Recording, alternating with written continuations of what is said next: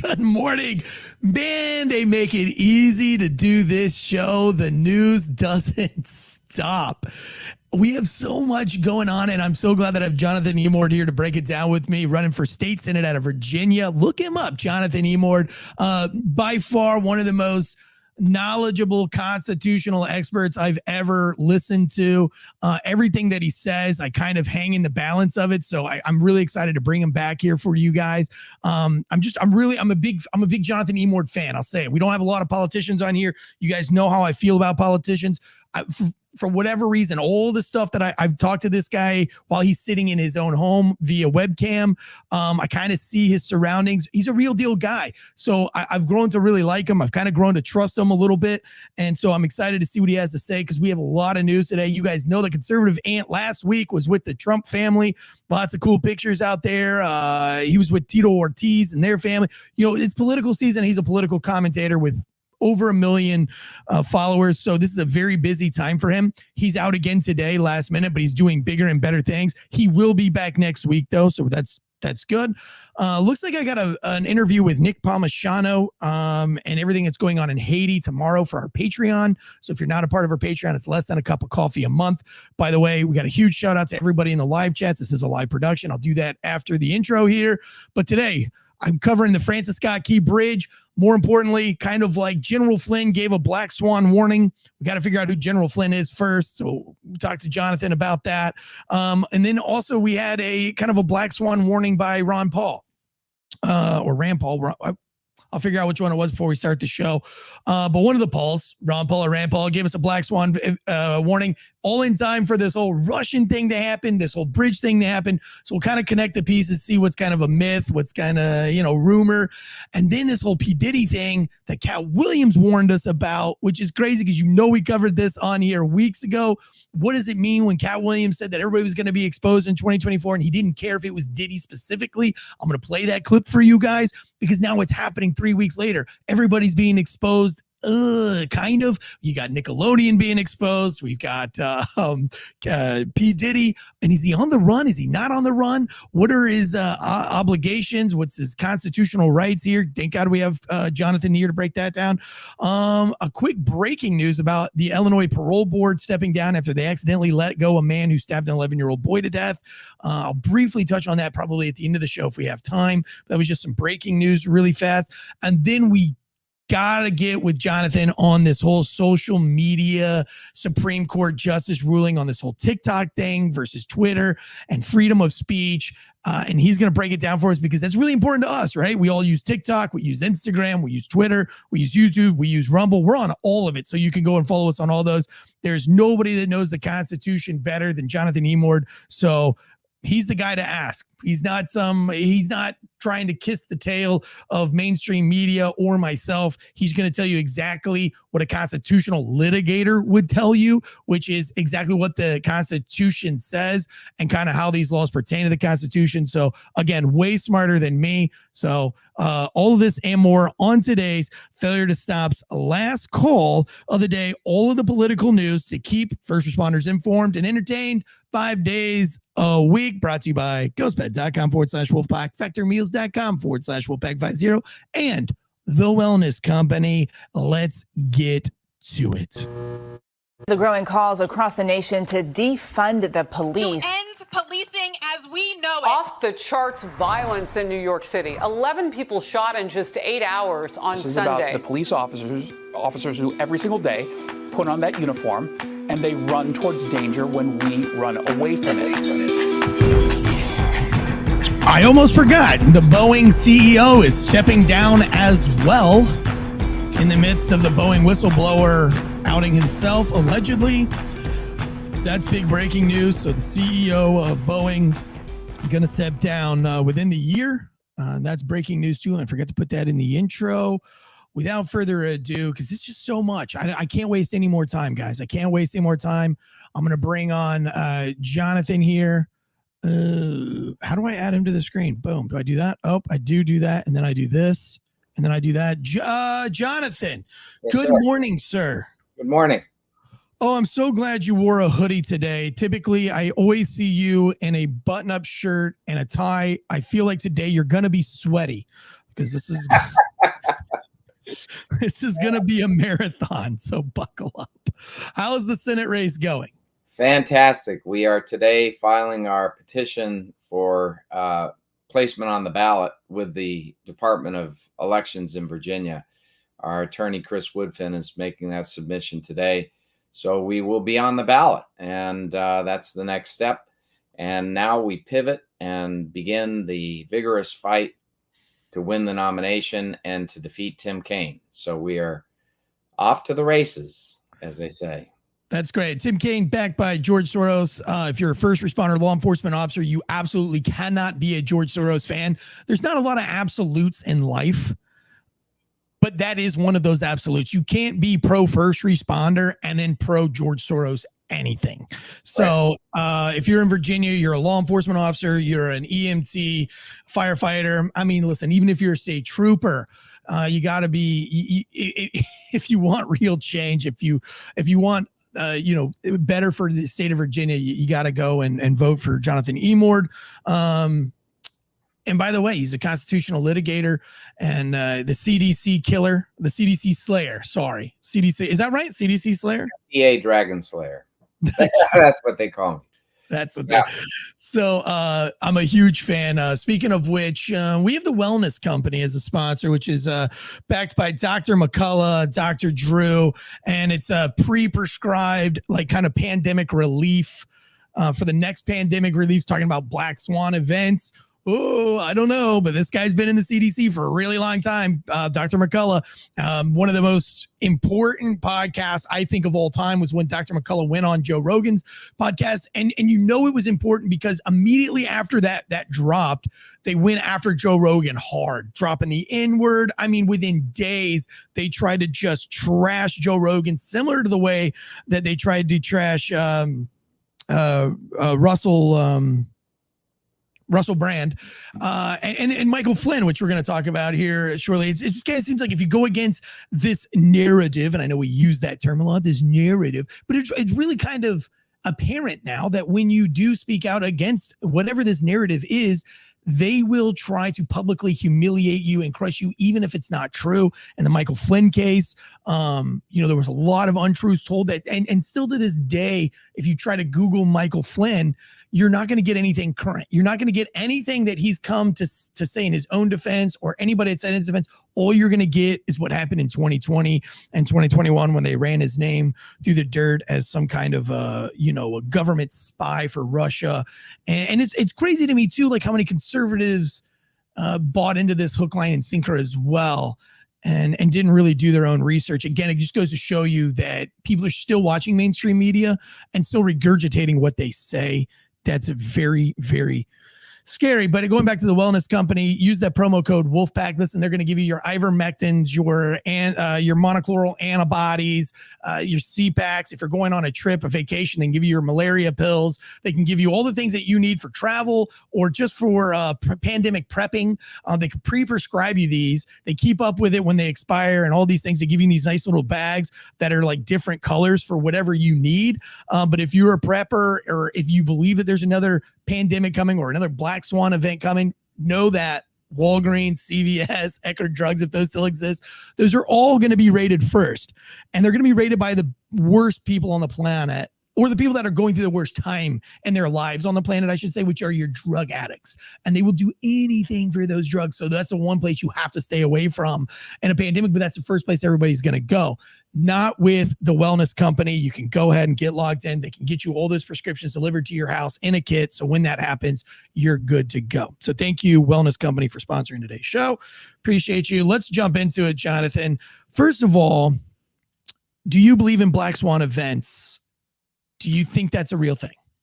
Yes. There is no question but that for example, the Biden administration is engaged in a planned destruction of the United States.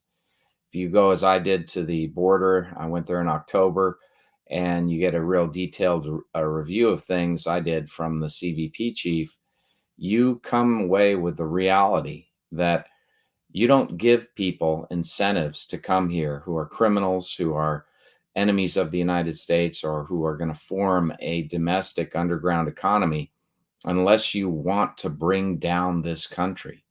That's just one example.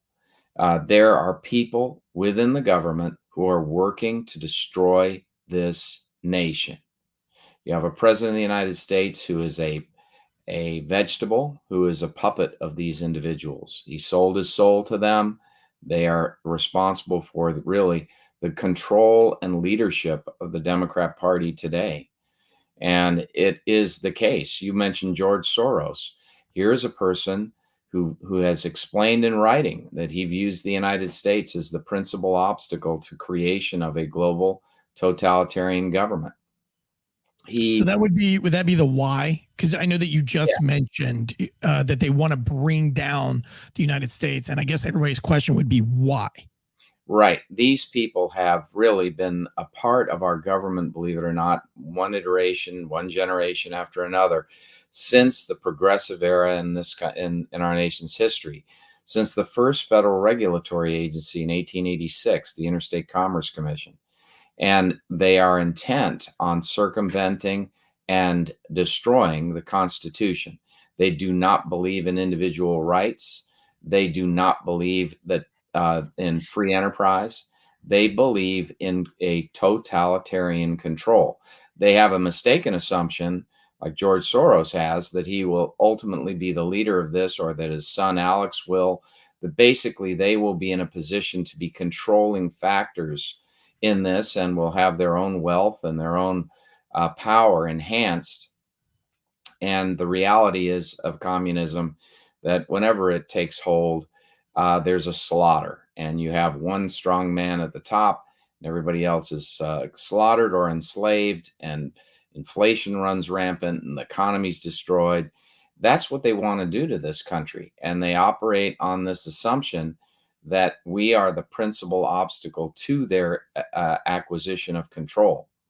So that in all manner of things, in economics, in social structures, we have afoot in this country very strong movement for cultural Marxism. They're sexualizing our kids so that they can be manipulated to a greater extent later. They are teaching our kids that their genders are fluid because they want them to have this sense of insecurity and inability, and to be basically, again, more susceptible to control. Critical race theory is a form of Marxism that is designed to divide people based on race. Again, an element of control. If you teach kids that their country is against them, that they need to hate their country, hate their parents, hate the free enterprise system, you only do this if you want to destroy our country. That's the only way. Our Constitution and this way of thinking are at opposite ends and cannot coexist. So they're doing this. They're opening our borders to every enemy element. They're allowing thousands and thousands of military-age males, principally from China, but also Hezbollah, Islamic Jihad, and Hamas to come into this country, Muslim Brotherhood, all with an agenda to destroy our country. The common link between someone like George Soros and an entity like the Muslim Brotherhood, for someone who loudly claims, George does, that he is against anti-Semitism, he nevertheless gives hundreds of thousands of dollars to the Muslim Brotherhood, which is pledged to kill Jews and Christians worldwide. And he does that here in the United States. He does that because his bigger agenda is not anti-Semitism, to arrest it. His bigger agenda is to destroy the United States. And if it means that theocracy will destroy the United States, he'll go for that. If it means that communism will destroy the United States, he'll go for that. And he's been kicked out of every country he's been in because of his nefarious activities. And here he's found a place, and he's one of, if not the principal funding source for the Democrat Party. He's behind all the anti-incarceration prosecutors, the defund the police movement. He's totally behind it. He really is behind Antifa, BLM. I mean, you're talking about someone who is very evil and who is an enemy of our republic in what he does. Mer530 in the chats just sent us a super chat for $5. By the way, if somebody sends us a super chat, we always read their chat. She said, I would push back and say that the issue is uniparty. Both established Republicans and Dems now are fighting against our rights. Mer, we would love to answer that question for you. Jonathan, do you have an answer for that? Well, there certainly are individuals who are Republicans in name only who basically are not standing up for us and who are passing these continuing resolutions, for example, since 1994, rather than insisting on the budget process the Constitution requires and forcing the Democrats back to it. But we have two forces working, one which is now predominant. We have the old guard people like McConnell, who are basically protectionists, who believe in protecting big business from competition. And they certainly hurt us, and that's against the founding principles and against our rights. But also, and now this is the predominant force, we have Marxism moving in this country. We have people who want to replace our republic and all constitutional limits on power with a totalitarian state. And these are the ones that are behind defund the police and the anti-incarceration movement and the open borders and the whole movement to make schools woke in every respect and to cause kids to hate their country and to lie to them about what their history is through the 1619 Project, for example. These movements are unified and driven by the Democrat Party today. So when you get right down to it, we have got to get constitutionalists in our government if we're going to save the American Constitution and the American Republic from utter destruction. And it's reached that point. So it's people like me who are your friends. If you believe in liberty, if you believe in individual liberty, that's who you want to support. People who will fight for it, who have the intelligence, background, and commitment and proven record of defeating the government. So I've defeated the FDA's attempts to censor vital health information on nutrient disease relationships, not least of which is omega-3 fatty acids reducing the risk of heart disease and folic acid reducing the risk of neural tube defect births. The government censored all that information to protect the drug companies from competition and caused tens of thousands of people to die unnecessarily. Over 100,000 sudden death heart attacks a year as a result of the denial of the information about omega-3s and 2,500 preventable neural tube defect births a year and countless NTD-related abortions. So those decisions which we won against the FDA were really critical in saving lives. Well, it's that fight now. We have to understand it is our fight. This is the real struggle is a global struggle. It's a struggle between the globalists who want totalitarian government and total absence of any protection for our individual liberty, and those who advocate individual liberty, the constitutionalists in this country. And we are under siege, and we have to fight back strong, and we are in the majority. The thing people need to understand is we are being taken hostage by a radical minority. It's not a majority. It's a radical minority. And if we don't do what we must to save our country now, we will lose it to them. And, you know, this is like the eve of the Bolshevik Revolution. It wasn't that 99% of Russia was in favor of the Bolshevik Revolution.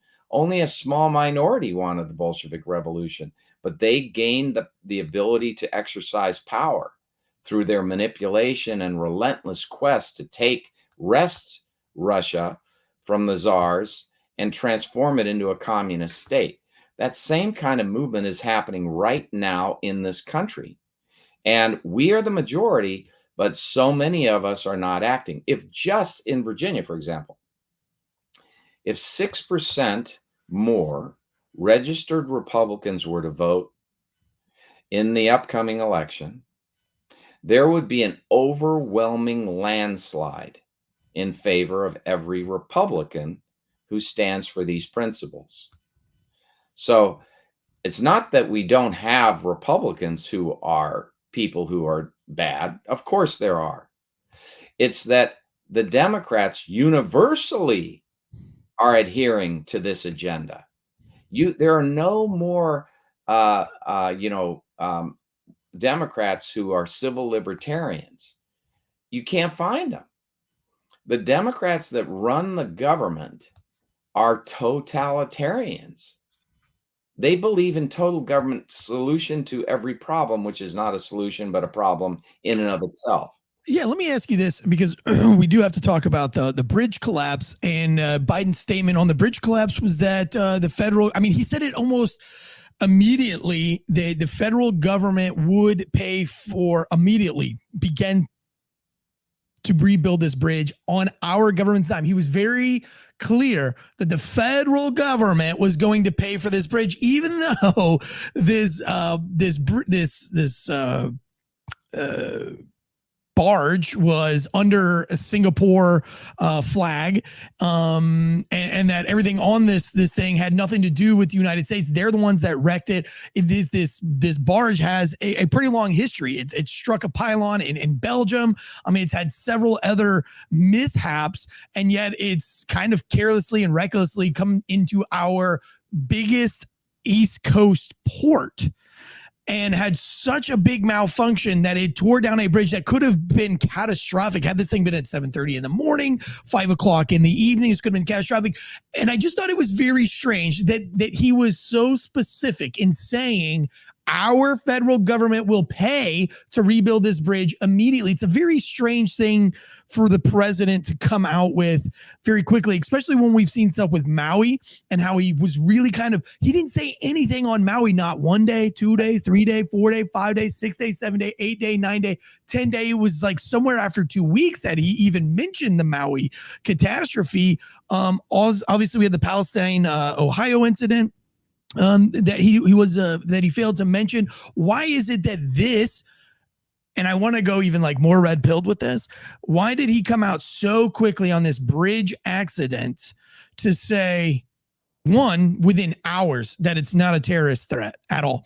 I don't believe that it is, but I don't think I would say that with conviction so soon, so quickly. I wouldn't come out with such conviction that this is not a terrorist threat. And I don't know that it's appropriate that we say America's federal government is going to pay to rebuild this bridge. It seemed very like it was a shot at him saying, hey guys, look at me, I'm going to fix this. It was very strange. You find it strange? I find everything Joe Biden does strange. The problem with Joe Biden is that you can't trust a word he says. You don't know whether or not he even understands what he's saying. And we do know that his dementia is so advanced that he's basically a puppet for other people. So it's not a situation where, Joe Biden becomes largely irrelevant. However, on the substance of what you're saying, it's absurd to say that the federal government is going to pay for everything when liability is going to be assessed. And this company, as you point out with its history, they may end up having to pay the lion's share of this because of the adverse effects that were caused probably through some extreme degree of negligence. And so under the law, when they're prosecuted, there will be a case related to this, no doubt. There'll be a full investigation. So acting before there's been a full investigation, saying that I unequivocally eliminate any terrorist threat. He has no idea. There's been no thorough investigation. Of course, you don't say that there's a terrorist threat when there is none, but you likewise don't say there is none when you don't have full information to say that.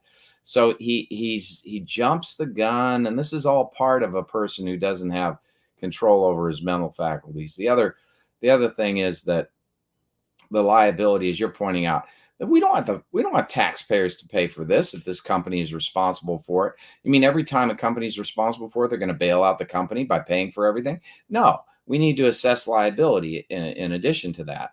So I just think his behavior, his statements, I can't really he didn't do any evaluation of any facts. I'm quite sure of that. He's told to say something. The only reason why he's told to say something is for a political reason. And when he goes off script, it's just a bunch of pack of lies almost every time he opens his mouth. Oh yeah, I mean, he's a known liar. He's always been a known, like, not even a good liar. You know what I mean?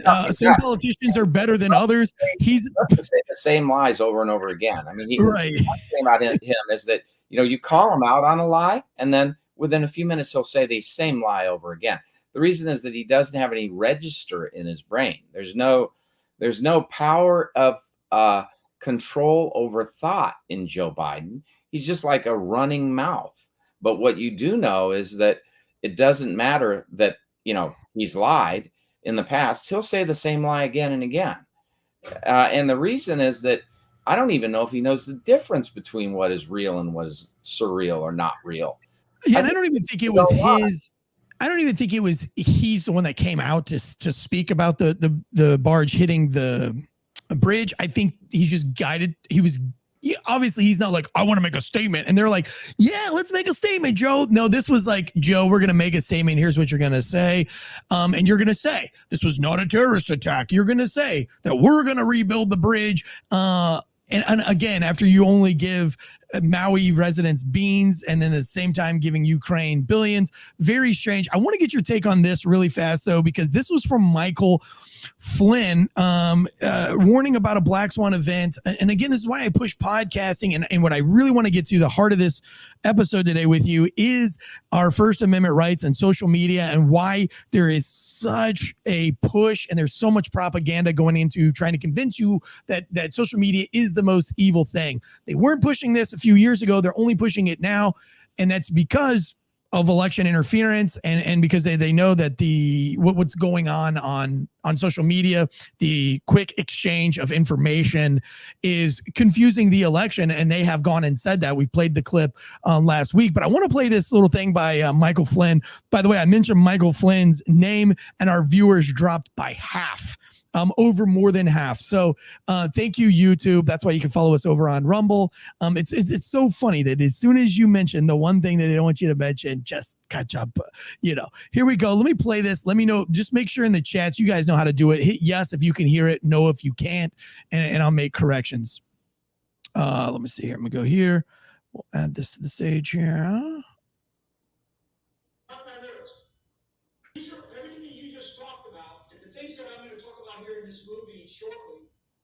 These are all notable things that we know. Imagine.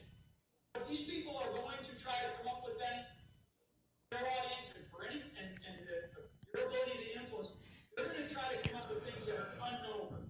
In the world of operations, or even in the world of just things, Black Swan events, right?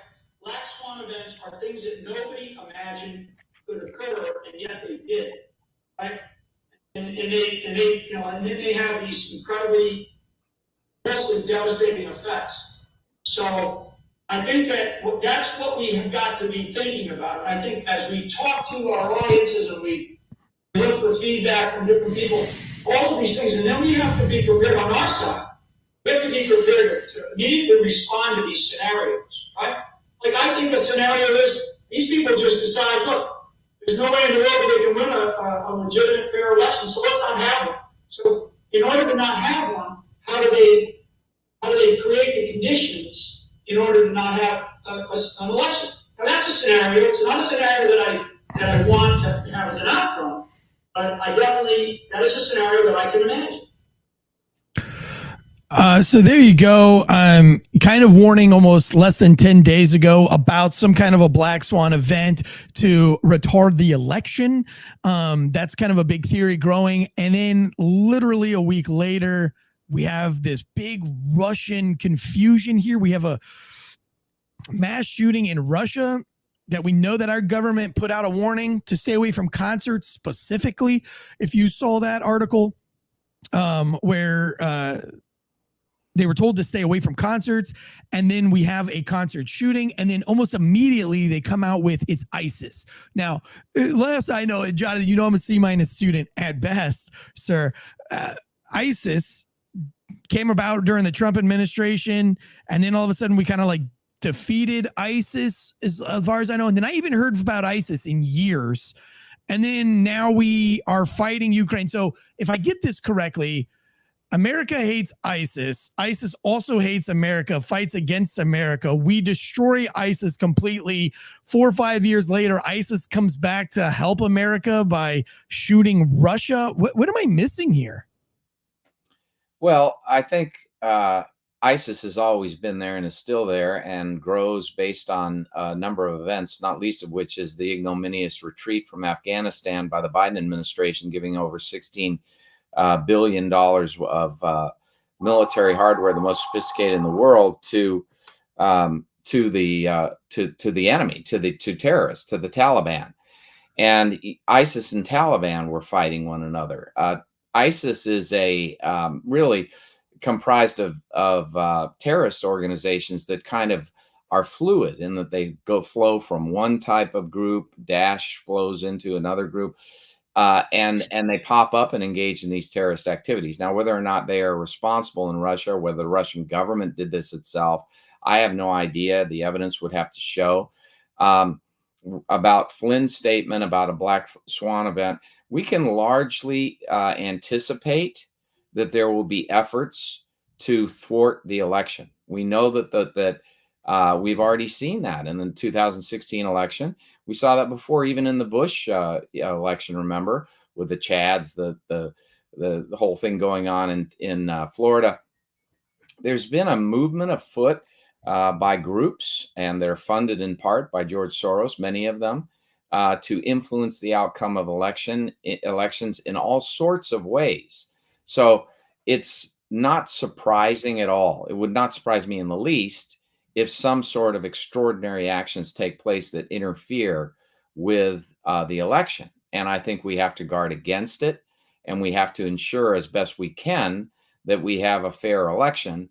And that means that we have to take things, dramatic steps like I've advocated. I've advocated in Virginia that constitutional officers, sheriffs, deputize retired military and retired police to become effective election enforcement officers. And what I mean by that is they would go to the places where ballot harvesting takes place. They would go to the places where they could use a round robin approach with a bus full of kids, and they give them pre-filled ballots, and they go in on behalf of dead people, other people, and put those ballots into the boxes and commit new acts of fraud.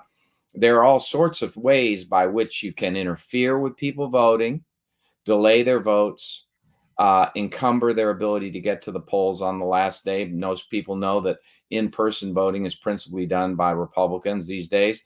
So there are all sorts of things that can be done, and we need to guard against it. We need to anticipate it as best we can and guard against it. So I'm not at all, surprised by General Flynn's statement. General Flynn has himself been the victim of what you might call a false swan operation. It was done by Comey, and it was done by the FBI, and it was done with a purpose in mind to politicize the Justice Department, the FBI, against Trump and his key advisors for the purpose of running him out of office. They're trying to commit a coup d'etat, and they wanted to flip Flynn so he would act against Trump and enable them to get information. They had nothing on Flynn. Flynn didn't do anything wrong. I'm excited for his new movie to come out, or his new docuseries to come out. As I've been reading it, a lot of people, what his side of the story was, is that they came after his family. They were like, "Look, you're going to admit guilt to this. We're going to destroy you."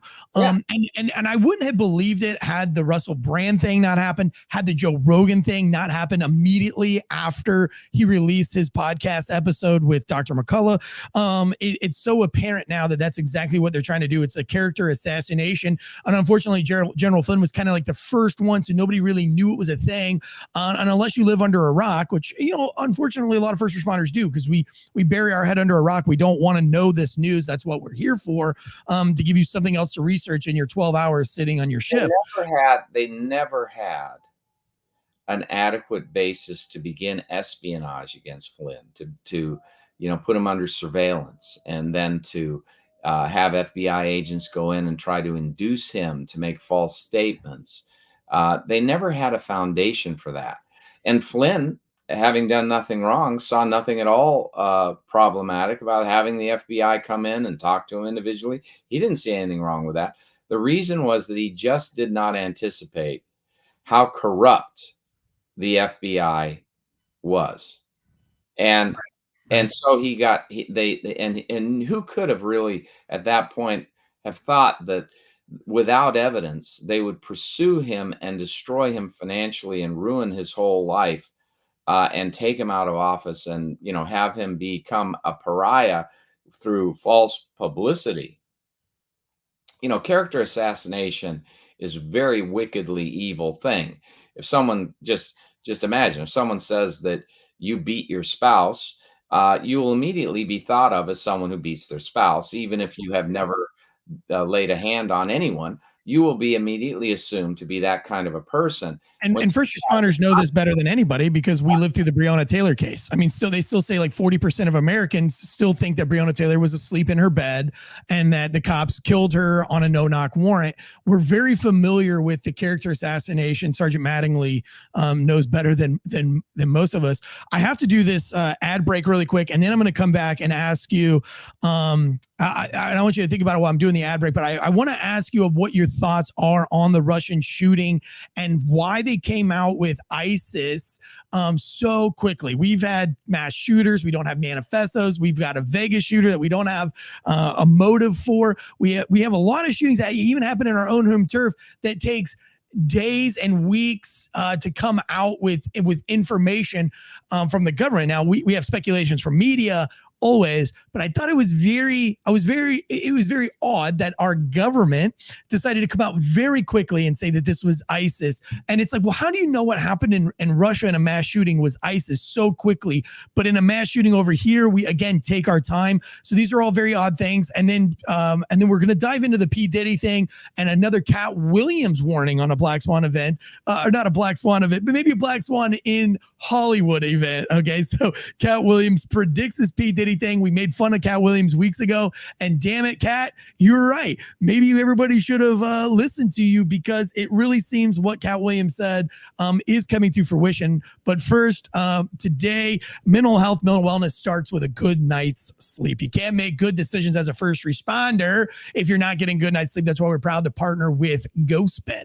GhostBed makes those amazing pillows, the amazing sheets, the mattresses, the adjustable baits. I've never been been to any kind of a company that takes more pride in what they do. They're the oldest running and surviving bed company, American-made bed company. I got to go to their research facility. I got to talk to the guy who invented the cooling sheet, the cooling technology. These guys are obsessed with sleep and with beds, so much so that conservative Ant and I spent way too much time there. We thought we were going for an hour. I think we were there for 4 or 5 hours. They would make us lay on these beds for like 20 minutes at a time. They would walk us through like all these things. They got the Serena Williams version where they have like copper interlaid through these things for like to heal you if you're active. But there's just so many different beds, from box spring beds to beds with no box springs to massage, zero gravity massage modes. I mean, literally go on their website, take the survey, figure out what the best bed is for you. These guys are obsessed, and they're obsessed with first responders and veterans. So I told him, I was like, look, man, I know you guys keep trying to do this 50% thing, but like, a lot of my listeners are like supporters of first responders and I would have no idea who's actually a veteran. They're like, dude, we're not going to waste our time with trying to like collect IDs and get proof. We'll just blanket 50% off. Use the promo code Wolfpack. If they support law enforcement, that's good enough for us. And I mean, from a company that makes their beds made in the good old USA, that's a very American thing to do. They've been with me since day one. They have literally supported and kept this entire show. Every piece of equipment, every host on the show is paid by GhostBed money. So that's how great and amazing that they are to us. And they even helped us get conservative Ant on board. So please support those who support you. Go to ghostbed.com. Use that promo code Wolfpack. 0% down, 0% financing. And that's if you have P Diddy credit. Now, listen. Factormeals.com, meal planning to the next level. Jonathan, you're on the road. You're doing a lot of things. It might be something you're interested in, but Factor Meals are chef prepared, fresh and never frozen meals delivered right to your door. Meal planning to the next level. Whether you're trying to be calorie conscious and lose a little bit of weight, slim down, you can go through hundreds of menu items, choose through their calorie conscious menu items, and they will get delivered straight to your door, whether you want 3 meals a week, 4 meals a week, 5 meals a week, whatever it is. They got this like cooling ice to keep it cool. It comes like in a refrigerated box. The price is a wash. It's the same as if you were to put gas in your car, drive to the daggone grocery, come back from the grocery, fire up the oven, cook separate meals, find your Tupperware, your Pyrex dishes, your Pytex dishes, whatever they're called, get all the lids together and spend all that time meal prepping for the week. Just stop with all of that. Go to factormeals.com/wolfpack50 for 50% off. Go through their hundreds of menu items. They got breakfast items, smoothie items, slush, like a breakfast shake items. They have protein heavy if you want to get jacked. They got vegan, vegetarian, hundreds of menu options so that you don't waste any more time meal planning and meal prepping for the week. Get healthy today. Good night's sleep, good food. That's why we like Ghost Bed. That's why we like Factor Meals. Use that promo code Wolfpack on both of those. Okay. We've got about 20 minutes left to run through these. I've got to get to this Diddy stuff. Before I get to the Diddy stuff, though, I have to ask you, John, ISIS, why did they come out so quickly with this? Or why do you speculate that they came out with ISIS so fast? Why do we need to rush to this? And does it even matter what we rush to? Because if Putin doesn't think that this is ISIS, what does it fucking matter? Excuse my French, but if Putin believes that it was us, or he believes that it's Ukraine, he's going to retaliate on those speculations. So why are we so fast to say it was ISIS? It was ISIS. Is that because it was not ISIS? What's your opinion on that?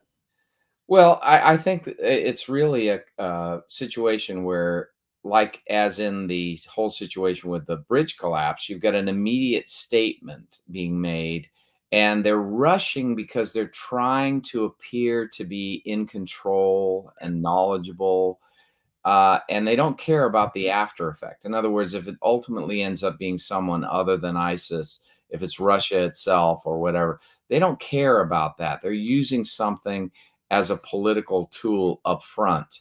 That's why you jump to judgment before you have evidence. It'd be highly unlikely that we would have direct intelligence that could confirm on the ground, even if there was chatter that we had, and it appears that the evidence, it suggests that we informed Russia that there would be some sort of an ISIS attack.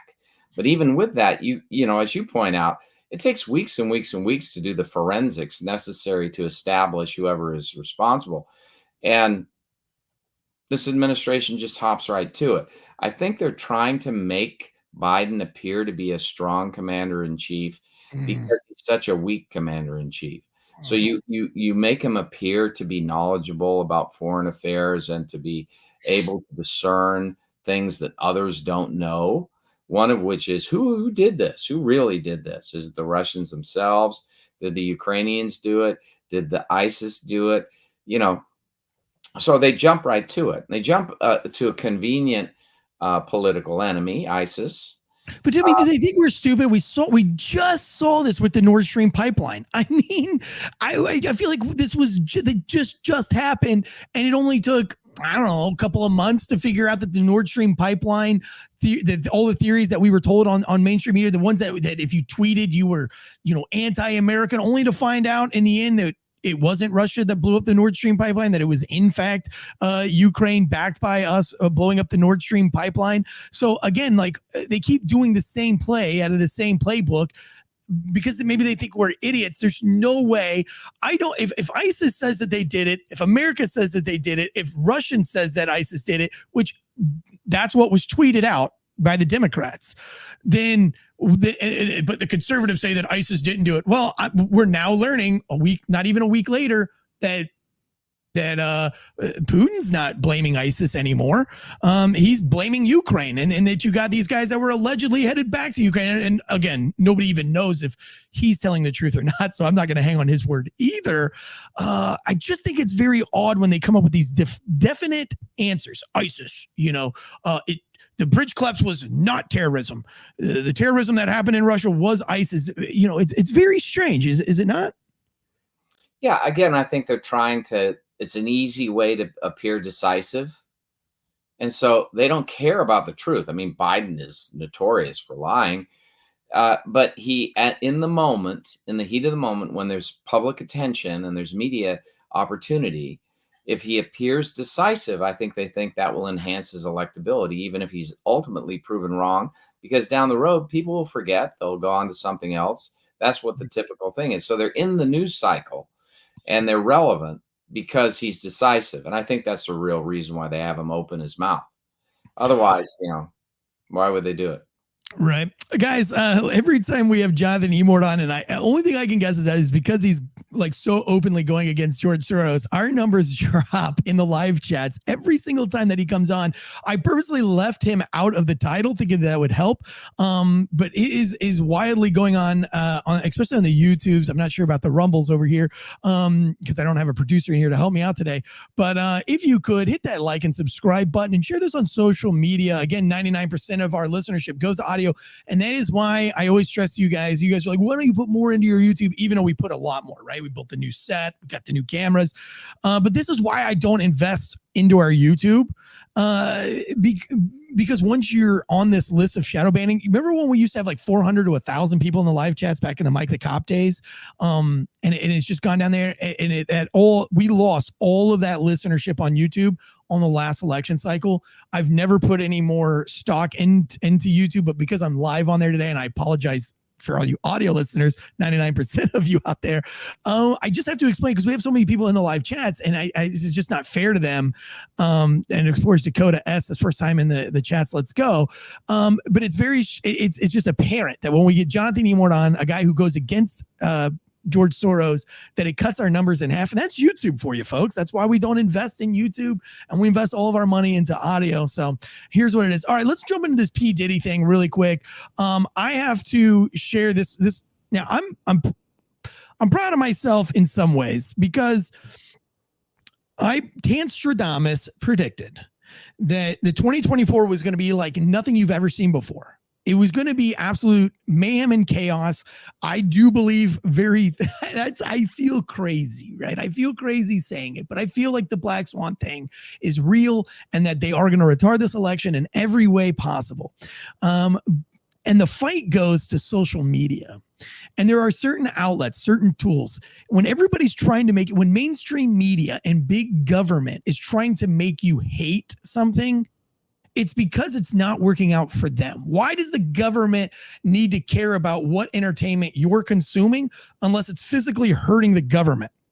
And so you see them going after TikTok and Twitter specifically. They're not going after Instagram, and they're not going after Facebook because they control Facebook and Instagram, because the people who own Facebook and Instagram side with their narrative. It sides with the government. It's not hurting the government. And so all these mainstream lies about TikTok and about podcasts and about Twitter, it's because it's hurting the government. Now, this is why I love podcasts, because I talked about this Katt Williams thing 3 or 4 weeks ago, and Shannon Sharp had Katt Williams on his podcast, and Katt Williams said some crazy things, and I said, listen, I'd like to believe Katt Williams, but I don't see this happening. And I said that, right? You guys can go back to that episode. It was on Uncuffed Monday.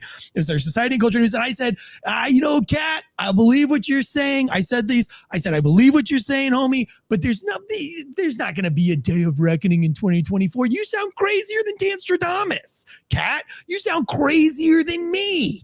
There's not going to be a day of reckoning for P Diddy, the music mogul, the guy who controls the music awards and Universal Music and all of the. There's no way you're going to get to this. This guy almost admittedly blew up somebody's car. There's been more. This guy has had an allegation against him that he's been found guilty for every year that he's been in existence in fame since 1991. I went through a whole timeline last Monday about how many allegations and how many things that he's had to plead guilty for and pay out for every single year of his famous existence, his existence in fame. So when Katt Williams said this a couple of weeks ago, I was skeptic, right? I said, Katt, stop, dude. It sounds good in theory. It's never going to happen. And then all of a sudden, in less than a week, 2 weeks, more than that, right? About a month after this whole Katt Williams interview, this Nickelodeon thing comes out. And that is just, everybody is watching this Nickelodeon documentary about how just bad and dark Nickelodeon was. I'm wrapped up in that series. It's unbelievable. It's believable, but it's unbelievable that they're coming out with it. and then the P Diddy scandal that we hit yesterday. Let me play this Katt Williams clip really quickly again in the chats. Hit me with a yes or a no, whether you can hear it or not.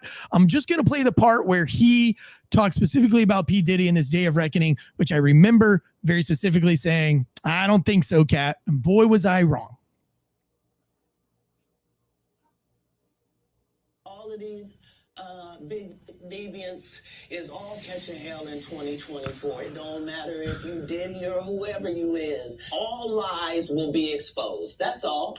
And anyone who takes that the wrong way, know why they take it the wrong way. Rapper and music executive, perhaps being linked to a sex trafficking investigation.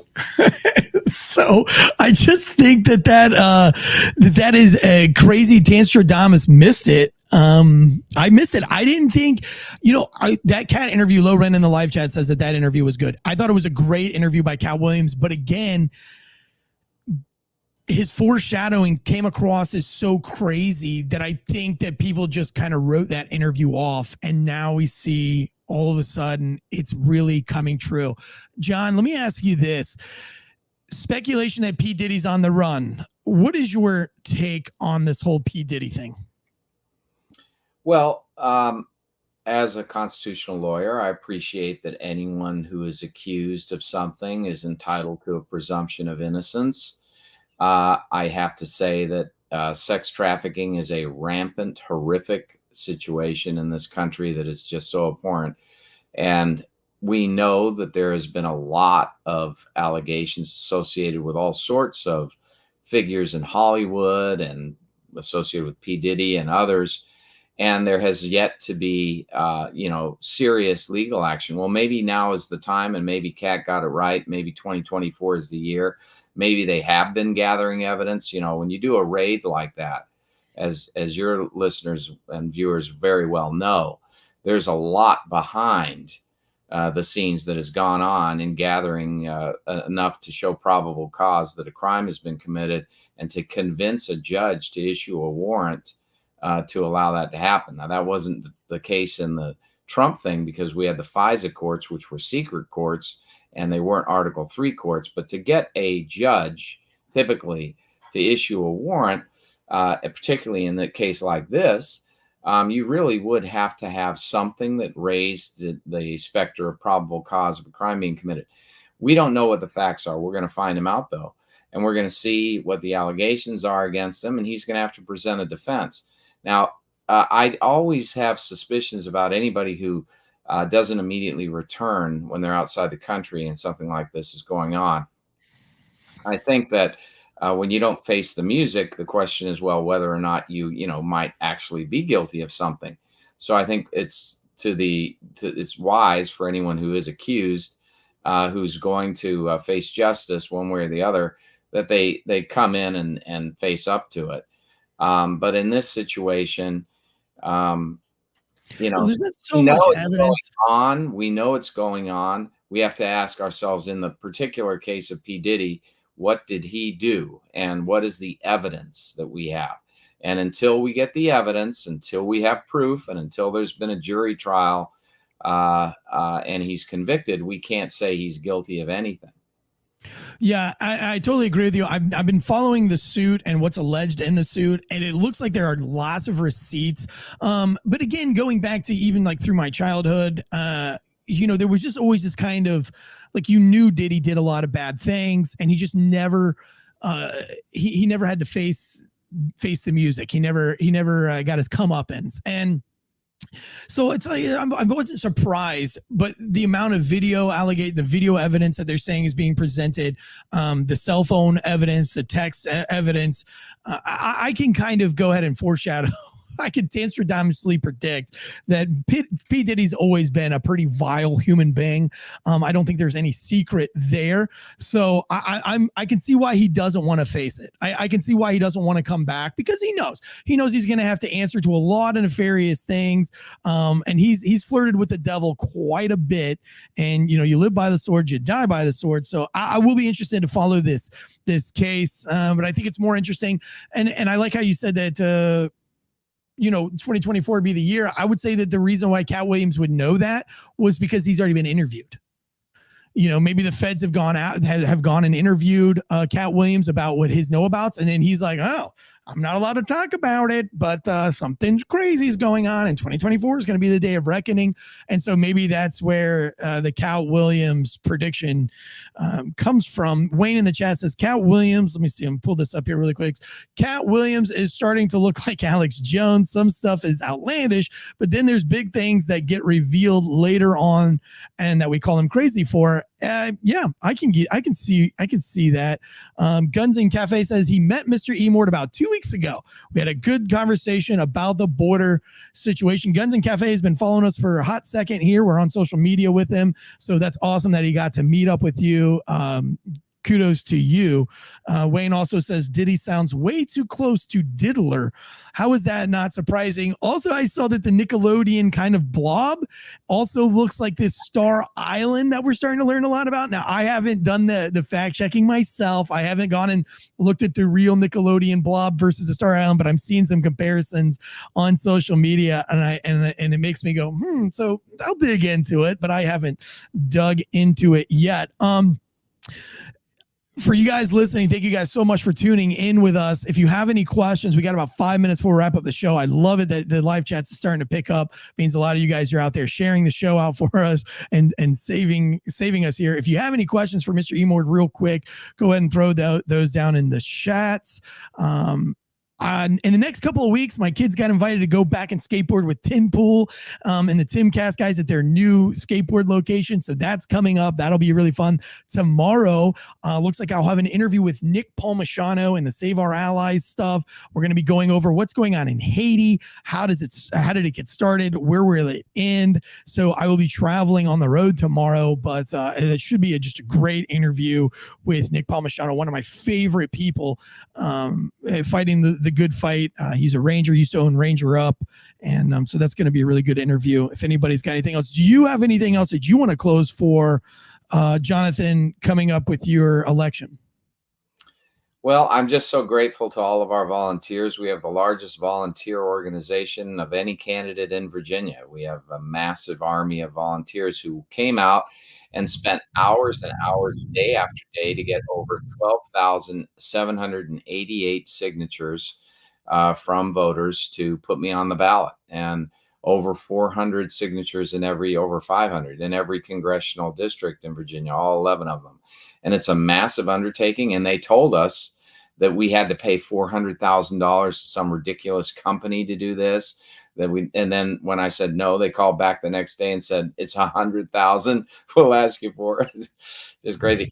But we did it the old fashioned way. Some people did. One of our opponents paid over $320,000 to that company and crazy stuff. We did it the old fashioned way with people who are enthusiast volunteers for our campaign. I just want to salute every single one of them, tell them how grateful I am, how appreciative I am. This is the revolution that is going to save our country, restore the republic. And we are so grateful in the campaign for all the volunteers.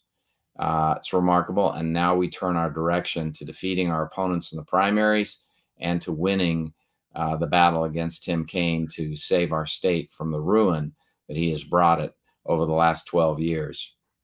Diesel Tech Bosco Autry has a question here. He says, what more can citizens really do? And I would like to just leave that up to you for the last question to be answered really quick. I will say this, Diesel, that there are guys out there that are pushing the envelope, that are doing podcasts. You think about like Tim Pool, you think about Sean Ryan exposed, Dan Bongino, these are just regular citizens who went off on their own. Tucker Carlson's doing it. But they're the chatter, right? It's the chatter. I had a bar full of people and somebody was, very under a rock about all of this. And my whole bar, I had, 6 or 7 people sitting at my bar. And when they found out that this person was really just kind of in the dark about all these things, everybody just started like ramming this kind of like red pill theory. And these people were like, what? Really? That's really happening? And I'm 90% sure that this couple were strong liberals or Democrats. And all of a sudden it was like this whole pack of people had all this information about the COVID mishaps. And they had information about Ashley Biden Biden's diary and Hunter's laptop. So I think it's just, for me personally to answer this, and then I'm going to let John answer really quick. My answer to this, Diesel, is knowing is half the battle. Knowing is half the battle. G.I. Joe taught us that from an early age. So I think being in the know, locking down, getting outside of mainstream media, going down the rabbit hole yourself, educating yourself, seeking out the Twitters. What does Twitter have to say versus what does fake Facebook have to say and fake Instagram have to say? What does TikTok have to say?